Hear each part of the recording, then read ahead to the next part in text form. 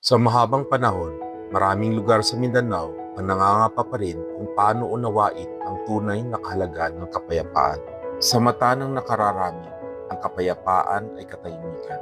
Ang marahang agos ng tubig sa ilog, ang huni ng ibon sa isang payapang hapon, ang mga yapak na tanging tunog na maririnig sa isang tahimik na komunidad. Payak, simple at tila madaling abutin. Ngunit para sa ilang kabataang lumaki sa gitna ng sigalot, mga batang nagigising sa putok ng armas, mga pusong natutong matakot bago pa mangarap. Ang kapayapaan ay hindi realidad, isa lamang itong panaginip. Ako po si Michael Mayo. Kasabay ng Starbucks, 15 taon na rin ako naging deployment officer. 15 taon na paglalakbay, 15 taon na pagdadala ng agham sa mga paaralan at komunidad na nangangailangan nito.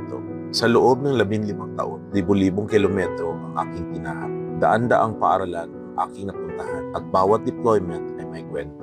Ngunit sa lahat ng aking napuntahan, may isang karanasang nagbigay ng bagong kahulugan sa aking misyon. Noong nakaraang taon, inilunsad ng Department of Science and Technology kasama ang Office of the Presidential Advisor on Peace, Reconciliation and Unity ang Science for Peace Program. Isang programang naglalayong tulungan ang mga dating MILF combatants at kanilang pamilya sa pamamagitan ng agham at teknolohiya.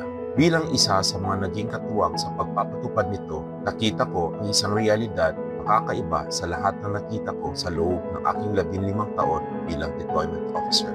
Sa 6 na kampong aming napuntahan, mahigit 100% ng mga paaralan ay salat sa science and technology resources. Maraming kabataan ang lumaki na walang kasiguruduhan kung ano ang naghihintay sa kanilang kinabukasan. Para sa ilan, ang tanging nakikita nilang landas ay ang landas na minsang tinahak ng kanilang mga magulang.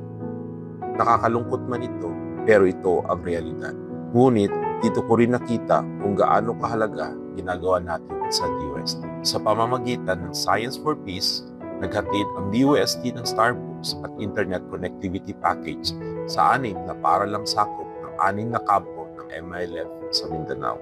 Sa loob ng 15 taon, marami na akong paaralang napuntahan. Ngunit, dito ko lubos na naunawaan ang agham ay hindi lamang tungkol sa teknolohiya, hindi lamang ito tungkol sa impormasyon. Ang agham ay tungkol sa pag-asa. At kapag ang pag-asa ay naabot ang mga komunidad na minsang nasugatan ng sigalot, ang agham ay nagiging tulay, ang agham ay nagiging pagkakataon, ang agham ay nagiging kapayapaan.